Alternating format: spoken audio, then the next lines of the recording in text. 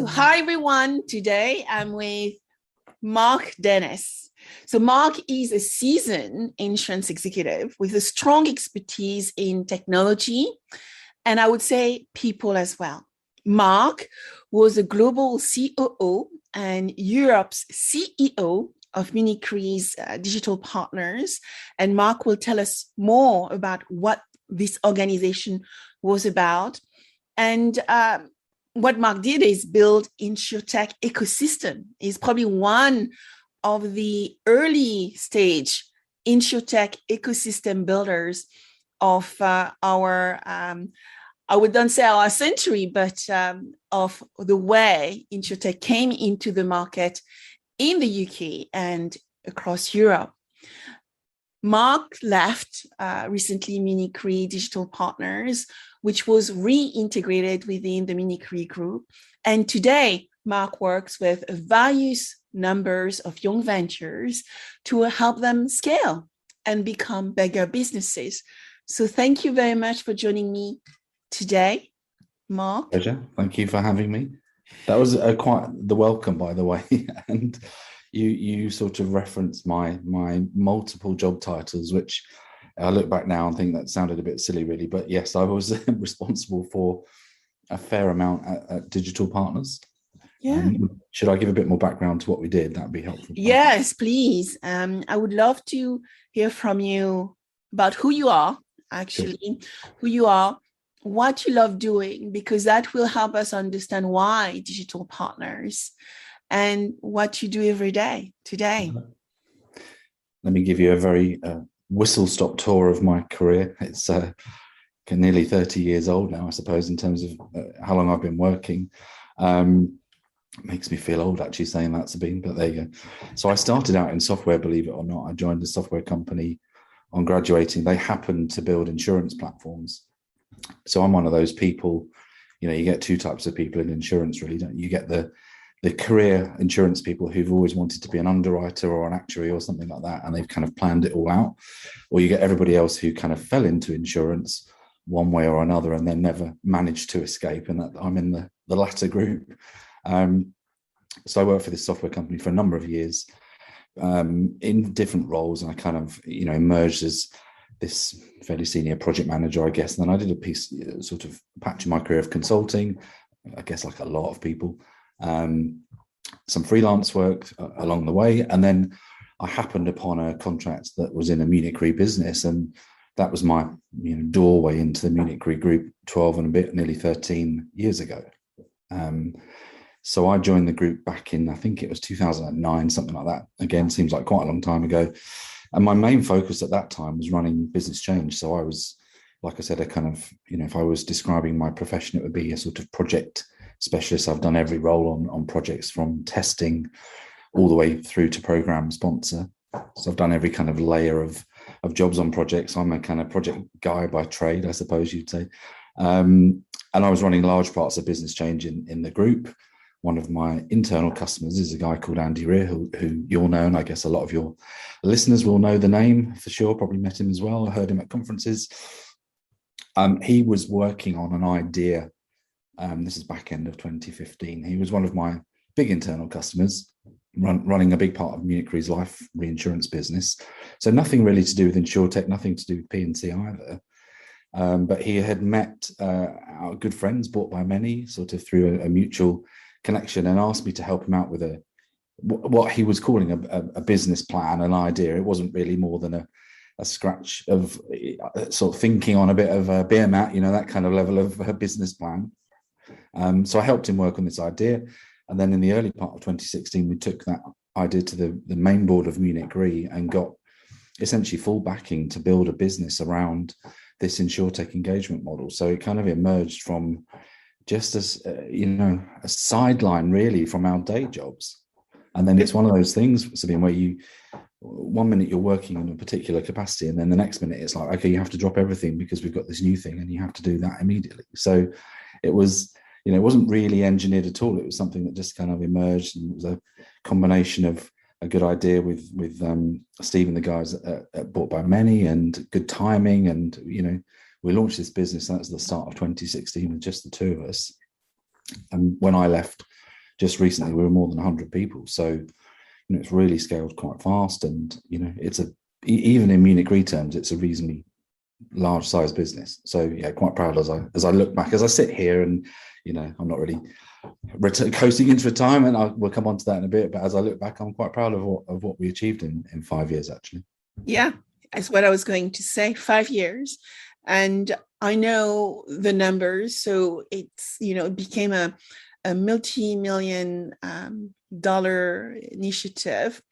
And what is interesting as well is you're mentioning Steve and Guy from Bought by Many. I talked to Steve a few weeks ago, actually, about him building a growth business. So it's nice to actually talk to you about 2016 and when InsurTech started. So technology ventures focused on insurance, and how you brought about a new business to drive transformation in our industry. So tell us a little bit more about your journey. I mean, it's a transformation journey, a digital transformation journey, which is quite unique when you look at the business premise you started with.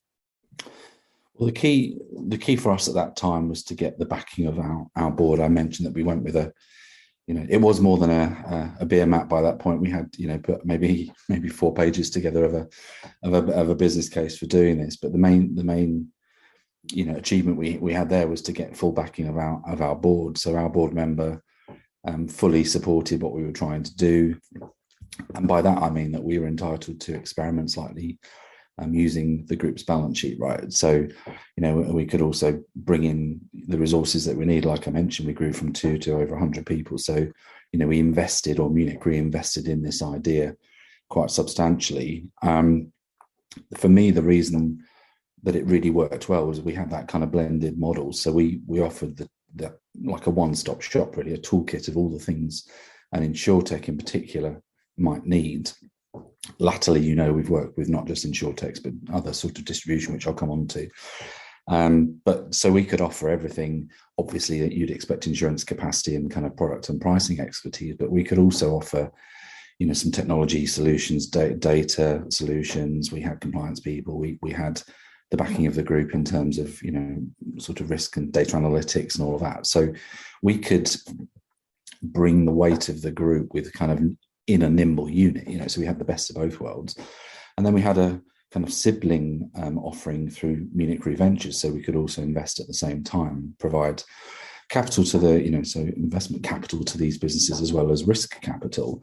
So literally they could pick from the toolkit of the things that they wanted. And, obviously if you're Stephen and Guy at Bought by Many, you don't want to have to go around multiple partners for all of the things you need. You want to focus on building your business. And if you could find the kind of one preferred partner, I think that model worked really well. And it doesn't suit everybody because, you have varying degrees of capability in-house, and maybe you prefer to do more as an InsurTech versus, the insurer doing it. But for many of our partners, it worked really well because we could flex that model up and down. So, for example, on the investment side, in the end, we partnered with maybe 25 or 30 InsurTechs in my time, probably more than that, actually.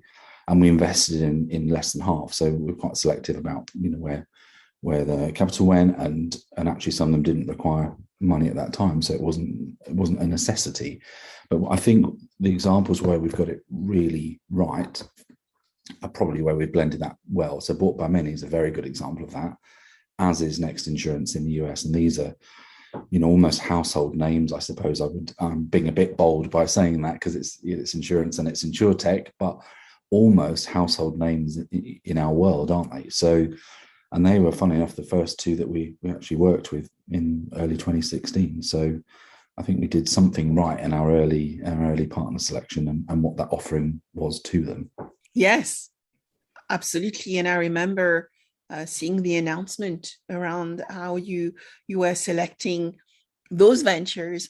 I also remember Andrew being on stage and talking about the pillars of technology, capacity provision, investment, and I think the last pillar was around design, product development, making sure that the 2 entities could collaborate. So there were 4 main pillars, right, as part of how an InsurTech or tech ventures relevant for the group would be evaluated? Yeah, that's right. And again, it changed a bit over time. So in the early couple of years, we were probably slightly more invested in technology, and our sort of assertion at the time was that we ought to offer all of the tech as well, so the full tech stack of policy admin. Actually, we sort of middle of that 5-year period, we looked at the market, the landscape, and thought, actually, there are people out there who can do this a lot better than us. There were hundreds of policy admin vendors who you could pick if you chose to buy rather than build. So we pivoted that model a bit away from building everything to having this kind of network of providers. I'm gonna say ecosystem. It's like, we know it's overused, but actually genuinely that is what it was. There was a kind of network, if you like, of best-in-class providers that we could connect with our InsurTech partners and vice versa, and let them get on with it rather than us having to provide everything.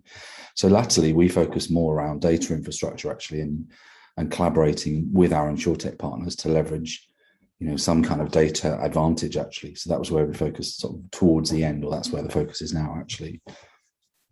So I think for our listeners, it would be great if you could define what digital partners meant and means, because you also are using the word ecosystem. And I do think that you were probably one of the early stage ecosystem builders in 2016. There has been different business models looking at corporates wanting to collaborate with growth ventures. But the way you went about it, you mentioned, 30 ventures and even more. And I'm sure for you to select 30 ventures, you had to scout and evaluate hundreds, like I have had to. So tell us a little bit more how this works and how the names came about. Okay, so I'll start with the name actually. So we literally made that up, sat round a table trying to figure out what we should be called. And it does sound like we threw a few sort of keywords up in the air and they landed, but the key for me there is around the partnership. We wanted to be a partnership business, fueled by, if you like, by MunichRe, but certainly to the side a little bit. So it's all driven by partnerships, and we try to treat all of those InsurTech relationships as partnerships, and try not to make them too transactional. And you can get a bit hung up, I think, on alignment of interest. We hear the phrase a lot, don't we? And it's folly really to seek perfect alignment. I think you have to figure out what everybody gets from the partnership, and it will vary over time and it moves around a bit. But as long as everybody feels like there's some kind of upside, so it's not a zero-sum game, if you like, then that's in a good shape. Sort of seeking perfection is, there's nonsense really. So in order to sort of get the funnel, I'll give you some metrics. So we met way more than 1,000 startups over the years. And thankfully I didn't have to meet all of them on my own, but we had people scouting in US and Europe and all over the world actually. And in the early days, of course, there wasn't that much competition. So, we would, it's almost no exaggeration, it's a slight metaphor, but they would kind of queue around the corner to come in and work with us, as you can imagine. And probably without knowing it at the time, we did build that first InsurTech ecosystem actually. Never really thought about it. Again, it wasn't one of those things by design, it was just how it kind of emerged. So that 1,000 or more, narrows quite quickly in the funnel to the ideas that you think are good. And we had various sort of almost scientific processes of assessing partnerships, but in the end, it boils down to a few key questions, right? Is the team the right team? Are they strong? Are they balanced? And I'm sure you've had the same. I've seen many pitches where there's, generally the entrepreneur and maybe the tech person, and then that's about it, and then perhaps not that well funded, and they don't really know much about insurance, but they're trying to disrupt the industry, and they're almost being deliberately provocative. And then you've got the other extreme where you've got people who've come out of the industry and kind of really know the pain points and have thought it through perhaps a bit, and there's a lot in the middle. So it's not enough, in my view, it's not enough to have a great idea, because there's lots of great ideas. You have to be able to execute, you have to understand the space you're disrupting, you have to disrupt in what I would describe as a positive method of disruption or mode of disruption. So don't come in and just kind of upset the apple cart, because ultimately in this ecosystem you do rely on your insurance partner, probably more than you realize as an InsurTech actually. I think maybe you've seen this over the years. I think in the early stage of InsurTech in 16, 17, it was slightly more of a confrontational / defensive environment, wasn't it? Whereas actually, in the last few years, it's much more collaborative. I think there was some fear and apprehension, and I think about probably some lesson as well from fintech. Mark, I think when you compare the two, there were much more disruption coming into fintech and financial services with payment platform. And at the early stage, I think some of the InsurTech, because it takes time to transform an industry, took a much more aggressive approach. And as you said, gradually realized collaboration is actually probably very important because of the regulator and legislation. Yeah, and you have to kind of respect that your insurance partner, so the carrier or whoever's providing you capacity, needs to get something out of this. It becomes a question of horizon. How soon, how much patience do they have, and that varies, of course. We know that, but you have to kind of respect that they also need to show some value here. Some value creation on the insurance side. So it's no good burning the book just because you want to disrupt. So, and actually, funnily enough, now I'm working, more on the InsurTech side of things. I'm working with 3 or 4 like you mentioned at the top, helping a couple scale and helping a couple of entrepreneurs with brand new ideas. And I'm always very mindful that this needs to be positioned in a way that is collaborative in its essence. So if you like, going back to the partnership, description of digital partners, it has to work in a partnership. And so ultimately we were selecting people that we thought would be good partners. It's a bit like a marriage, I guess. You have to, everyone brings something to the party and you have to make sure it's kind of, some sort of harmony there. But that funnel went from 1,000 down to, say, well, I said 25 or 30, it's probably 50 that we worked with in one capacity or another, but it's, it narrows down quite quickly. I'm sure. Yes, I'm sure it narrows down quite quickly. And the points you made around synergy and being able to get on with one another, like in a marriage, I think those are very important points. Have you seen amongst your partners, your digital partners, some of them collaborating with one another? Because when I started, the accelerator, I was always saying to my corporate partners, the insurers I was working with, that, what would make such a difference is all those younger ventures accepting that they can't solve everything and starting working together through API potentially to solve bigger problems for the corporates they wanted to serve. Have you seen that happen within your portfolio? Not so much within the portfolio. The thing that we have done a bit in the past actually is host things like round tables with various discussion topics, that were of common interest. So we would bring people together to talk about, something about like, embedded insurance or something. I'm going to throw buzzwords in there, right? But, we were tended to be the facilitator of those discussions with, our InsurTech friends, if you like. But there's not that much evidence of any that are sort of, collaborating that closely together to solve a problem. What they will do is use each other's services perhaps to solve their own problem. The early stages of InsurTech, a lot of the propositions were around really just a better product and better customer journey and, slightly easier access to that customer. And more recently, of course, it's been much more joined up, if you like. So, we're using alternate data sources and, getting into the complexity of deeper analytics and machine learning and so on, bigger data sets, and so there's a lot of what we now call InsurTechs who are on the kind of back end of the process, if I can call it that, the data and technology more than customer journey and insurance product at the front. So, that you're finding InsurTechs joining together in that sense, aren't you, where they're providing services to each other effectively. Do you see a change in the positioning of the insurance company? You mentioned earlier that as you started, you were far more concentrated on the technology aspect of the proposition. And then you said, well, you know what, why build when you can actually buy? And so selecting the latter option.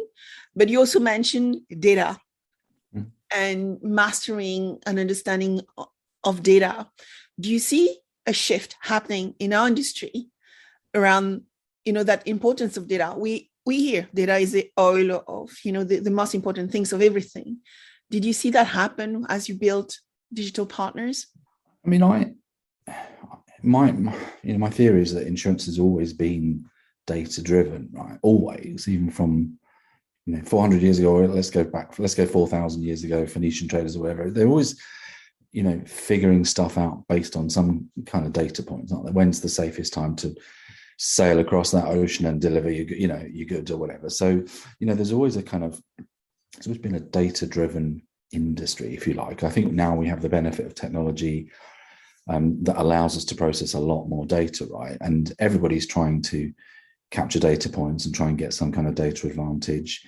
I think sometimes we don't exactly know what we're doing. We're capturing data without having necessarily a clear purpose. And so maybe in that sense, it's at an early stage of that journey where we can actually genuinely use technology to process huge data sets and draw insights.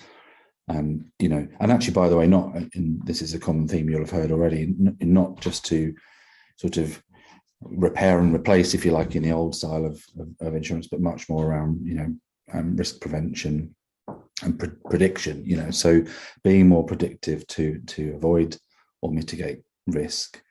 And so, prevention rather than cure, if you like. And a lot of insurers now are moving their models towards that, aren't they? So they're, becoming more of a force for good, actually. I've always thought of insurance as quite a force for good. It gets a bit of a, probably needs a bit of a PR exercise, doesn't it? Because if you think about it, nothing really happens, on a commercial sense without insurance being in place. I did a keynote a couple of years ago for an event and talked about, there's that Beatles song, A Day in the Life, right? And I was sort of thinking about the guy gets out of bed or rolls out of bed or whatever, puts a comb across his head. And I won't do the rest of the lyrics, and I certainly won't sing, but I was trying to think of the journey of me getting up in the morning to getting to that conference to speak, and all of the sort of touch points with insurance that maybe you don't notice, and it's absolutely fundamental. So, maybe we're at that point where we're collecting those data points in advance of me making that journey and figuring out that don't get that train, get the next train, and avoid that route in your Uber, and that building's a good building or not a good building. So I think we're starting to sort of use data for more, insurance more for a force for good. I just don't think it kind of gets the credit it deserves, maybe. I never thought I'd become this evangelist, by the way, for insurance, right? But maybe that's what I am in the end. Well, we've been in the industry for so long that we can see the opportunity and some of the challenges. But I think today with, COP26 and all this conversation around sustainability, there's potentially an opportunity for insurance to be back to that, that good, this social good it's supposed to do to support people and businesses out there. I'd like to go back, Mark, to another point you made earlier. You and Andrew and the team, your leadership team at Digital Partners, build a business with 100 people, and you started with 2 people. So tell us how that has been to move from a small team to a big team and making the business be something that MunichRe is proud of today. I mean, for me, it's relatively straightforward, because I always think, you're careful in who you hire, right? But you hire good people, you empower them, and then you trust them, and you don't really need to check anybody's homework. If you've got the right people in place, you don't need to check their homework so much. And I think where people get it wrong is where they kind of hire people and then they kind of feel like they're managing those people. And actually, I'd look at it the other way around. My job as a senior leader in Digital Partners, or DP as we called it, was to create the environment and the space for people to be the best that they can be, right? And my job was to remove obstacles and give them the fuel to do their job and kind of get out of the way of it a little bit, really. And so I hired some fantastic people both from within the group and from outside the group. And we have this really good blend of that, mix of people, mostly or lots from the insurance industry, but not everybody, some from tech companies and from completely different backgrounds, actually. So we have this lovely blend. You'll be pleased to know, by the way, half of my leadership was female. just because they happen to be the best people for the job. It wasn't there was no kind of engineering there. It just, it turns out, women are really good at stuff as well as men being really good at stuff, right? So, and it both, right? Yeah, there you go. So, but it was just, happy coincidence if you like, but very young team generally, so really enthusiastic. But they don't need that. I don't need to supervise people. You hire the right people, and like I said, empower them, trust them, let them get on with it. And your job then is to be the support. So you're sort of in the background more than anything. And a little bit, I think that was the approach that MunichRe took with us as a business. We were a fledgling business, two guys who weren't really experts in InsurTech or even P&C business really, but we were given that kind of free rein to, within a few parameters, but not too many. Actually, in the earlier years, it was more just get on and try, see what you can do. Don't go crazy, don't do anything to damage the reputation of the group, but try and create this innovation footprint for the MunichRe group in the market. And we definitely did that. We kind of, in my view, put MunichRe on the map for innovation actually through DP, and the way we conducted ourselves. We were sort of, I think, dealt fairly with everybody that we dealt with. I've said it a few times now, but we built partnerships, and there's a bit of give and a bit of take, but you have to, they were respectful partnerships, and that was, for me, was why it was successful. But ultimately that's down to the people that we hired and the people that we work with in the InsurTech businesses. Everyone kind of, everyone had sort of different drivers, but it always generally felt like we were pulling in the same direction, even if we weren't agreeing on everything. So, yeah, but the team thing is, for me, I don't think it's easy, but I'm describing it like it's kind of easy. It ought to be straightforward, right? It should be. Can you share with us an experience which has been the most memorable experience for you, positive one, and one which is potentially the less good, but from which you've learned a lot during the course of the past 5 years? I think the most memorable was probably, if I look back, and I haven't had that, so I kind of left in the summer and then stayed on a bit longer, but, because I was helpful and all that, and haven't really had a chance to take stock. But I think for me, that whole period, really, that 5 years from 2016 to the end of 20, maybe the last year was bad because of COVID and all that. It wasn't a great year for many people, but certainly that first 3 or 4 years of DP was the best part of my entire career. I absolutely loved it. And I won't pretend that I, woke up on Monday morning and didn't realize it was Monday morning, like some people say, I knew it was Monday, but it never felt like a Monday, never felt like that feeling when Sunday evening you think, oh crikey, the next thing that's going to happen is Monday morning, I'm dreading it. I never ever had that once with DP. It was, absolutely loved it. So I think when I get a moment to sort of stop and look back, I probably sit there with some pride of what we did and what we built, and the people that we developed. If I look at some of them now, that some I'm working with now actually on some separate ideas. They've left MunichRe as well, and we're working on a few startup ideas, and I see how these kind of young enthusiastic people have grown into really credible kind of insurance business people, entrepreneurs, and they're the next wave of InsurTechs will be coming through some of these guys. So that makes me so proud to be a part of their journey.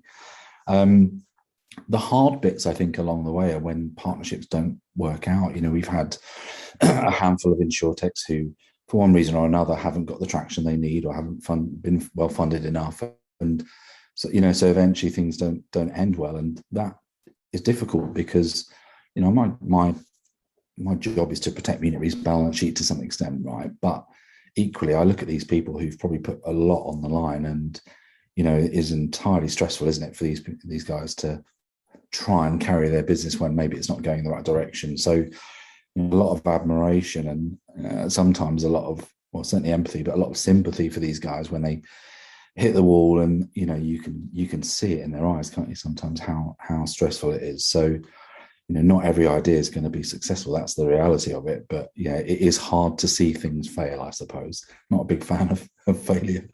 Yeah, no, absolutely.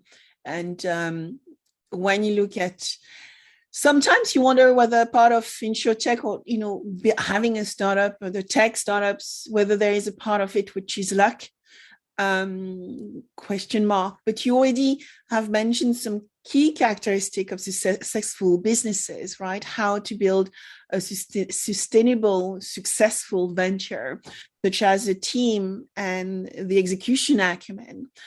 Could you give us a little list of what you think are some of the big criterias when you look at those companies you are working with? What do they have today to be where they are? And what do they need to do? Because you are a scale expert, what do they need to do to move to the next stage? What are the top 4 or 5 items you've seen? The thing for us was always, there's lots of good. I probably mentioned it earlier. There's lots of good ideas. It's whether the team can execute on the idea and whether the team itself is strong enough and well balanced to do that. So can they deliver? Then in order to deliver, have they got the fuel for the business? So are they well enough funded that they're not going to reach a point where they're going to run out of runway and then they're struggling and they're only 2/3 through. So also I suppose alongside that, do they allocate their capital well? So are they, for example, building the right tech where there's some value add there, or are they to be buying something to save themselves time or whatever? Then, of course, it comes down to who they're selling to and how they're selling. So ultimately, you can build a brilliant product, brilliant journey.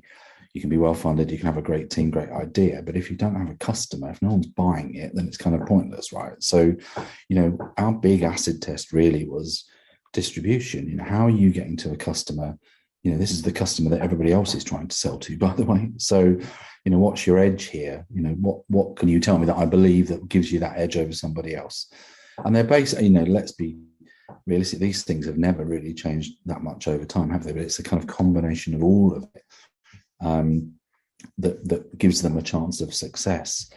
And then I suppose the secret sauce is whether they've got either some edge or some kind of additional drive or determination that other people don't do. So they're going to keep going. They are going to deliver no matter what. And you kind of know when you meet people that they'll deliver stuff, whether that happens to be an InsurTech solution, or something in a completely separate industry. Some people have just got that drive and determination, and you can almost see it inside them, actually.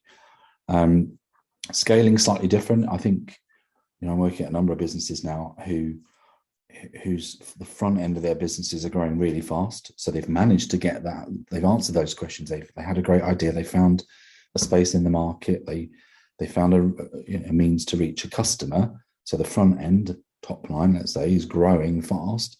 And typically the sort of back end of the business, so the back office, as we used to call it in the old days, I'm old fashioned, right, is struggling to keep up. It's kind of, they've got no processes in place and they've got no, they can't scale. So things are done on a kind of goodwill, best endeavors basis, because that's how it was when they were 10 people. And they want to grow to 100 people like we did at DP. And so you have to have that kind of business infrastructure kind of trying to catch up as quickly as it can with the front end of the business that's growing rapidly. And of course, investors love that the front end of your business is growing rapidly. So there's no way you're going to let that slow down, obviously. So you have to find a way, creatively to get the back end to kind of catch up a little bit. And that is a challenge. I mean, it's good because that's where I'm focusing some of my attention now, to give me a sort of meaningful purpose for the coming months. That's super cool, actually, to be able to help those businesses now realign the front and the back in some ways, making sure that the back can actually fulfill the need of the front, the sales commitment, the marketing, and all the great promises they've made to their partners and I assume to their customers as well. Wanted to ask you now around, corporate venturing. And I want to ask you that question from the lens of a tech ventures wanting to work with corporates. As you highlighted earlier, working for some startups like Bought by Many, working with MunichRe Digital Partners was really key to their growth, like many of some of the unicorns we have out there. Next Insurance being another one. What should a growth venture look for when they look at partnering with a corporate venturist, and take money, support, capacity? from that company to succeed?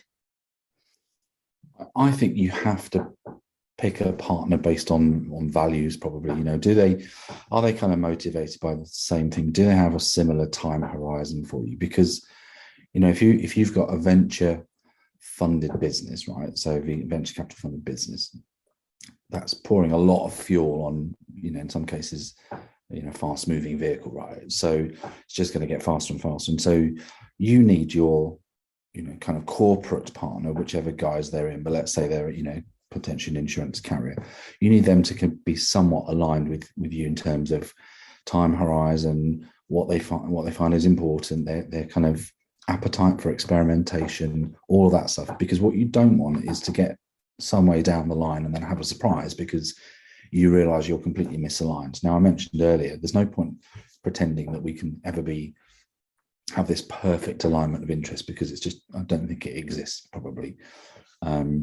But there is the sort of sweet spot in the middle where everybody feels like they're kind of winning a bit, right? And so you have to kind of constantly work at that. And like I said, it's a bit like a marriage where there's give and there's take, and you compromise and you find the space in the middle where everybody's happy, right? And so it is it's a partnership model. So if I were an InsurTech looking for a corporate partner, I would try and align with somebody that kind of respected what I brought to the party, but I also equally, in return, I reciprocate and respect.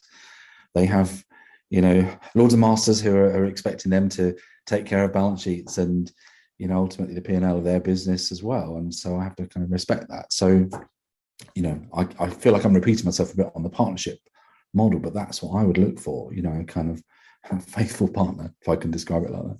Yeah, on one side, you said, you have to have that self-confidence, determination. I think it's about consciousness of knowing where one is going and being relentless at delivering against commitments. On the other side, it's not just about taking money. It's also about making sure that it's smart money and there is clear alignment on both sides of the equation, because then you are, as you mentioned again, is about thinking about a marriage. It's as if you're marrying different people in some ways, because often you don't always have one single CVC or investors. You often have many on the map, but it's about finding the one which are best fit to achieve the growth potential. I would like to go. You've ruined the metaphor doesn't work now. You've just because you marry multiple people at the same time. But let's no, we need to be careful about that one. So I wanted to ask you about your last words of wisdom, but the way I would love for you to answer that question is by looking at Mark in 10 to 20 years from now and looking at your younger self. What would you tell that person as an entrepreneur, someone who built businesses as well, and today are enabling the growth ventures of tomorrow? Well, for me, if I were looking back at myself, I'm a kind of very purpose and value driven person. So what I want now is or what I fear the most probably is not leaving some kind of positive legacy, making a difference somewhere. So if I'm looking back in 20 years' time, I would say to myself, always maintain your integrity, keep your values, keep true to your values, be kind to people, be helpful.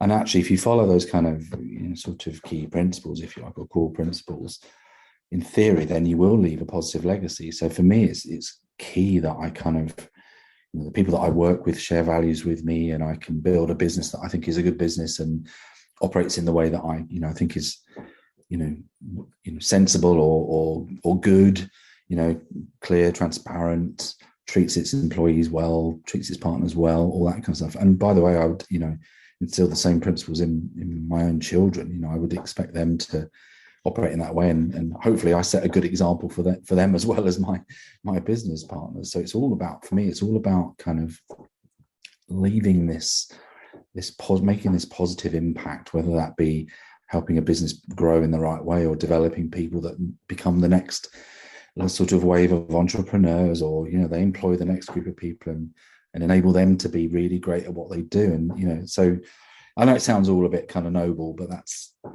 if I'm looking back, and by the way, 20 years is a long way off. I'm not sure I'm going to make it, Sabine, but let's say 10 years. That's what I would say to myself. I think, did you do the right thing in the right way, and did you make a difference? I think I hear that a lot, actually, Mark, from a lot of people who have, for some reason, at some point of their career, realize that they've done a lot, but today it's about giving back and making sure there's congruence and alignment with purpose. So thank you very much for your time. I'm super grateful, Mark. So pleasure. Yeah, I really enjoyed it, Sabine. We are with Mark Dennis. Mark today is, I guess, an entrepreneur. He's one of our insurance executives who is there to help our ecosystem grow better. And if we want to reach out to you, Mark, where should people go? LinkedIn's generally the best bet. I will certainly respond to every kind of genuine request, and like you say, if I can help people in our world, like I said, I'm this insurance evangelist without really trying to be that. But if I can help in any small way, I will, whether that's connecting people or more in depth, helping them scale their businesses or fix problems. So that's my kind of my job now, is to help people a bit. Cool. Well, thank you. And I will remember that, I have my portfolio. Oh, no. So I will say, you need to talk to Mark. So thank you. Sabine. Take care. See you. Bye.